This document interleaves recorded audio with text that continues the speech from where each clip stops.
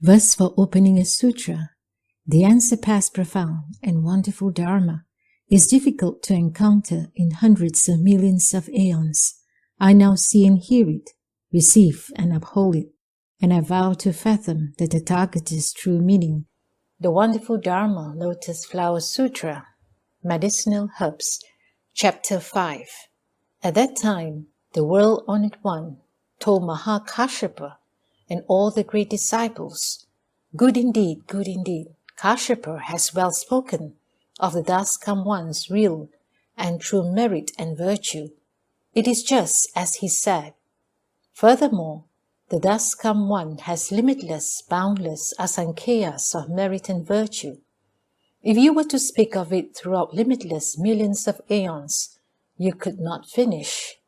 Kashyapa, you should know that the thus come one is the king of all dharmas. Nothing that he teaches is false.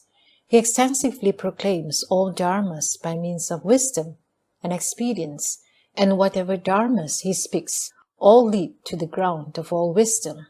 The thus come one contemplates and knows the tendencies of all dharmas.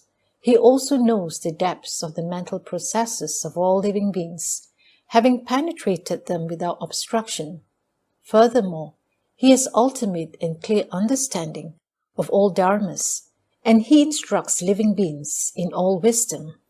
Kashyapa, consider the world of the 3,000 great thousand worlds, and the grasses, trees, forests, as well as the medicinal herbs in their many varieties, with their different names and colors, which the mountains, streams, valleys, and flat lands produce. A thick cloud spreads out, covering the 3,000 great thousand worlds, raining on them equally everywhere at the same time, its moisture reaching every part. The grasses, trees, forests, and medicinal herbs, those of small roots, small stalks, small branches, and small leaves, those of medium-sized roots, medium-sized stalks, medium-sized branches, medium-sized leaves, or those of large roots, large stalks, large branches, and large leaves, and also all the trees, whether great or small, according to their size, small, medium, or large, all receive a portion of it. From the rain of the one cloud, each according to its nature grows, blossoms, and bears fruit. Although they grow from the same ground and are moistened by the same rain, still all the grasses and trees are different. Kashyapa, you should know that the thus come one is also like this. He manifests in the world like a great cloud rising. With his great sound, he covers the world with his gods, humans, and asuras, just like that great cloud covers the 3,000 great thousand lands. In the midst of the great assembly, he announces, I am the thus come one worthy of offerings, one of proper and universal knowledge, one whose understanding and conduct are complete, well gone one, who understands the world, an unsurpassed Lord, attaining and regulating hero, teacher of gods and humans, the Buddha, the World-Honored One. Those who have not yet been crossed over, I crossed over. Those who have not yet been liberated, I liberate. Those who have not yet been put at rest, I put at rest. Those who have not yet attained nirvana, I cause to attain nirvana. I know things as they really are, both in the present and in the future. I am the all-knowing one, the all-seeing one, the one who knows the way, the one who opens the way, the one who proclaims the way.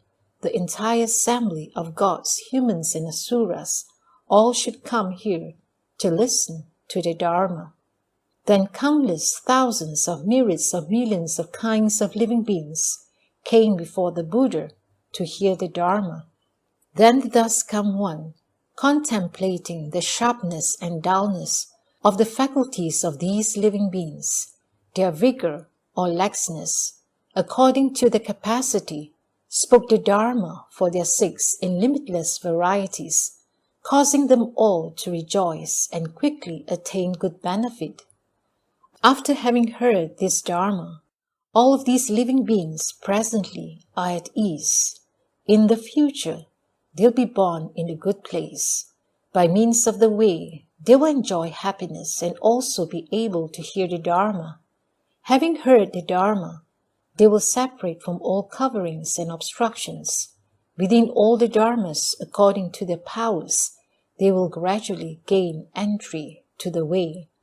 Just as that great cloud rains down on all the grasses, trees, forests, and medicinal herbs, and each according to its nature fully receives the moisture and grows, so too the Thus Come One speaks of a Dharma having one mark and one taste, that is to say, the mark of liberation, the mark of extinction, culminating in the wisdom of all modes. Those living beings who, hearing the Thus Come One's Dharma, uphold, read, recite, and cultivate it as taught, will not themselves be aware of the merit and virtue they obtain. What is the reason? Only the Thus Come One knows the kinds, the marks, the substances, and the natures of these living beings, what they are recollecting, what they are thinking, and what they are cultivating, how they are recollecting, how they are thinking, and how they are cultivating, by means of what Dharma they recollect, by means of what Dharma they think, and by means of what Dharma they cultivate, and by means of what Dharma they obtain what Dharma. Living beings dwell on a variety of levels. Only the Thus Come One sees them as they really are, clearly and without obstruction. Just as those grasses, trees, and forests and all the medicinal herbs do not know themselves whether their natures are superior, middle, or inferior, the Thus Come One knows the Dharma of one mark, of one flavor, that is to say, the mark of liberation, the mark of separation, the mark of extinction, the mark of ultimate nirvana, which is constantly still and extinct, and which in the end returns to emptiness. Already understanding this, the Buddha contemplates the desires in the minds of living beings and protects them. For this reason, he does not immediately speak of the wisdom of all modes. Kashyapa, you are all very rare in your ability to know that the Thus Come One speaks the Dharma as it is appropriate, and in your ability to believe and accept it. Why is this? All the Buddhas, the world-honored ones, speaks an appropriate Dharma, which is difficult to understand, difficult to know. At that time, the world-honored one, wishing to restate this meaning, spoke verses saying, Destroyer of existence, the Dharma King, manifests within the world, according to living beings' desires. He teaches the Dharma in various ways. The Thus Come One, out of veneration for this wisdom, deep and far-reaching, has long remained silent on this important matter, being in no hurry to set it forth. Those with wisdom, if they heard it, would be able to believe and understand it, but those lacking wisdom would doubt it, and thereby lose it for a long time. For this reason, Kashyapa, it is spoken in accord with their powers, employing various conditions to lead them to the right view. Kashyapa, you should know, it is like a great cloud rising above the world and covering all, a wisdom cloud filled with moisture, illuminated with lightning flashes, and vibrating with thunderous roars. It brings delight to all, obscuring the light of the sun, refreshing the earth. The cloud glows and expands, as if one could reach out and touch it. It rains equally everywhere, falling a light in the four directions, pouring without measure, saturating all the lands. In the mountains, streams, and steep valleys, in deep recesses there grow grasses, trees and herbs, and trees both great and small, the grains, shoots and plants, the sugar cane and the grapevine, all are nourished by the rain, and none fail to be enriched. The parched ground is soaked, the herbs and trees together flourish, issuing from that cloud water of a single flavor, moistens grasses, trees and forests, each according to its measure. All of the trees, great, medium and small, according to their size, can grow and develop. When reached by that single rain, the roots, stalks, branches and leaves, flowers and fruits, with luster and color, all are fresh and shining.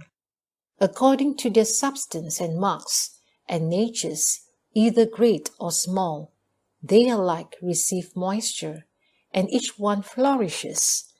The Buddha, in the same way, manifests within the world, just like a great cloud, covering over everything. Having come into the world for the sake of living beings, he discriminates and expounds the reality of all dharmas. The great sage, the world-honored one, in the midst of the multitudes of gods and humans, proclaims these words, saying, I am the thus come one, the doubly complete, honored one. I appear within the world like a great cloud, moistening all the dried out living beings, so they all live suffering and gain peace and bliss, worldly joy and the joy of nirvana. All gods and humans assembled here, listen single-mindedly and well. You should all come here to behold the unsurpassed honored one. I am the world-honored one, the one beyond compare. To bring peace and ease to living beings, I manifest within the world, and for the sake of the assembly speak the sweet dew of pure Dharma, the Dharma of a single flavor, that of liberation and nirvana. Using a single wondrous sound, I proclaim this principle, constantly creating the causes and conditions for the great vehicle. I contemplate all, everywhere as equal, without this or that, and without thoughts of love or hate. I have no greed or attachment, and no limitations or obstacles. Constantly for everyone, I speak the Dharma equally, speaking for a single person as I would for the multitudes. I constantly expound and proclaim the Dharma, and have no other work. Coming, going, sitting, and standing, I never grow weary, filling the entire world like the moisture of the universal rain. For the noble, the lowly, the superior and inferior, those who keep precepts and those who break them, those with perfect, awesome manner and those not perfect, those with right views and those with deviant views, the sharp-rooted, the dull-rooted, I send down equally the Dharma rain and never grow weary. All living beings who hear my Dharma receive it according to their power and dwell on various levels. They may dwell among humans or gods, or wheel-turning sage kings, chakra or Brahma kings. These are the small herbs. Those who know the non-outflow Dharma, those who can attain nirvana, giving rise to 6 spiritual penetrations and attaining the 3 clarities, dwelling alone in mountain groves, ever practicing chant samadhi, attaining certification to conditioned enlightenment. These are the middle-sized herbs. Those who seek the place of the world-honored one, saying, we will become Buddhas, vigorously practicing concentration. These are the superior herbs.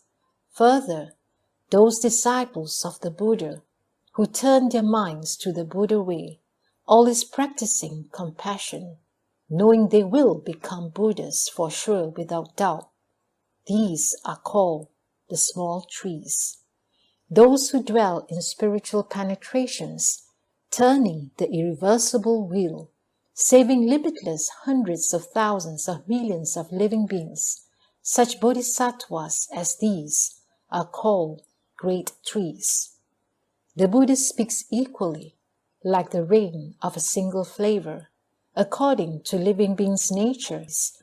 They receive it differently, just as those herbs and trees, each receives a different measure.